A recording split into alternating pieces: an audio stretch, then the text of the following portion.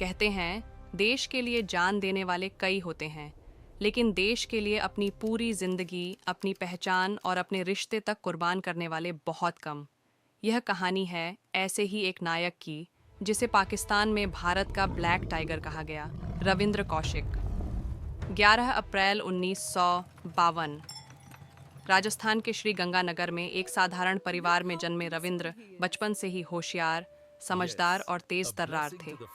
School में पढ़ाई के साथ साथ थिएटर और अभिनय उनका शौक था। मंच पर वे किसी भी किरदार को इतनी गहराई से निभाते कि लोग दंग रह जाते। कॉलेज के दिनों में वे रंगमंच की दुनिया में जाने पहचाने चेहरे बन चुके थे। शायद उन्हें भी अंदाजा नहीं था कि यही अभिनय की कला एक दिन उनकी सबसे बड़ी ताकत बन जाएगी और उनकी जिंदगी की दिशा हमेशा के लिए बदल देगी। साल था 1973। कॉलेज में एक नाट्य प्रस्तुति के दौरान रॉ के कुछ अधिकारी दर्शकों में मौजूद थे। रविंद्र का अभिनय, लहजा बदलने की क्षमता और तेज दिमाग देखकर उन्हें लगा, ये युवा हमारे सबसे कठिन मिशनों के लिए उपयुक्त हो सकता है। रॉ ने गुप्त रूप से संपर्क किया। प्रस्ताव साफ था, एक ऐसा मिशन जिसमें न तो नाम होगा, न पहचान, और असफलता का मतलब मौत। देशभक्ति उनके रगों में बहती थी। रविंद्र ने हाँ कर दी। इसके बाद शुरू हुआ कठिन प्रशिक्षण। महीनों तक उन्हें उर्दू और पंजाबी के पाकिस्तानी लहजे में बोलना सिखाया गया। इस्लामी रीति रिवाज, पाकिस्तानी इतिहास और राजनीति की गहरी समझ दी गई। रॉ ने उनकी नई पहचान गढ़ी। नबी अहमद शाकिर, एक पाकिस्तानी नागरिक। नकली जन्म प्रमाण पत्र, स्कूल रिकॉर्ड, पासपोर्ट, सब तैयार। उन्हें सिखाया गया कि भारत के अतीत से हर रिश्ता तोड़ देना है। न कोई पत्र, न कोई कॉल, न कोई पहचान। वे अब सिर्फ नबी अहमद शाकिर थे। 1975 में वे कराची पहुंचे। पहले कुछ महीने माहौल को समझने और जमने में गुजरे। करीबियों के बीच उन्होंने खुद को एक मध्यम वर्गीय परिवार का बेटा बताया जो पढ़ाई के लिए आया है। कराची लॉ कॉलेज में दाखिला लिया। क्लास में वे शांत लेकिन बेहद बुद्धिमान छात्र के रूप में जाने गए। यहाँ उन्होंने कानून की पढ़ाई करते हुए समाज और सरकारी तंत्र को भीतर से समझा, क्योंकि उनका अगला कदम और भी बड़ा था।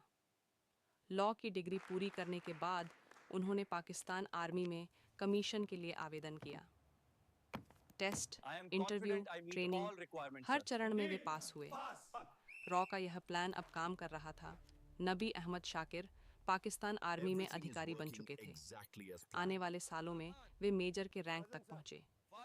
इस पद ने उन्हें पाकिस्तान के सैन्य रहस्यों और संवेदनशील ठिकानों तक सीधी पहुंच दे दी। पाकिस्तान में उनका सामाजिक जीवन भी बिल्कुल सामान्य था। उन्होंने शादी की, घर बसाया, दोस्तों के बीच मेलजोल रखा। पत्नी और ससुराल वालों को कभी शक नहीं हुआ कि वे वास्तव में भारतीय हैं। वे नमाज अदा करते, ईद मनाते और एक आदर्श पाकिस्तानी अफसर की तरह जीते रहे। लेकिन उनके दिल की गहराई में हर धड़कन भारत के लिए थी। रॉ तक जानकारी पहुंचाने के लिए वे कोड वर्ड और रेडियो फ्रीक्वेंसी का इस्तेमाल करते। कभी कभी वे बॉर्डर के नज़दीक जाकर संदेश भेजते।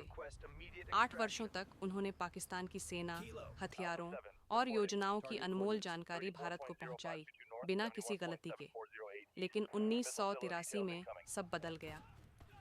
रॉ का एक और एजेंट, इन्नो कैंट, पाकिस्तान में पकड़ा गया। पूछताछ में उसने रविंद्र का नाम बता दिया। पाकिस्तानी इंटेलिजेंस ने अचानक उन्हें गिरफ्तार कर लिया। वह पल आया जब एक बहादुर एजेंट, जिसने दुश्मन की आंखों में आंख डालकर जिया था, अब उन्हीं की कैद में था। गिरफ्तारी के बाद उन्हें भीषण यातनाएं दी गईं। उनसे भारत के नेटवर्क के बारे में पूछताछ हुई, लेकिन उन्होंने कोई राज नहीं खोला।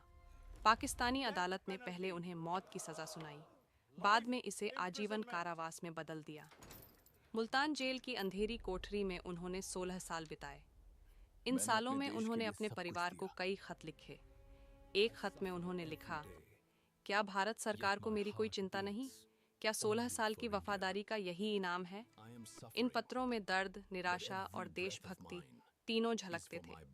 21 नवंबर 2001 जेल में लंबी यातनाओं और टीबी जैसी बीमारी से जूझते हुए उन्होंने आखिरी सांस ली। पाकिस्तान में दफनाए गए इस वीर की कब्र पर शायद कोई फूल न चढ़ा हो, लेकिन भारत के दिल में वे हमेशा अमर रहेंगे। रॉ में उन्हें ब्लैक टाइगर का खिताब मिला था। कहा जाता है कि यह नाम खुद इंदिरा गांधी ने दिया था।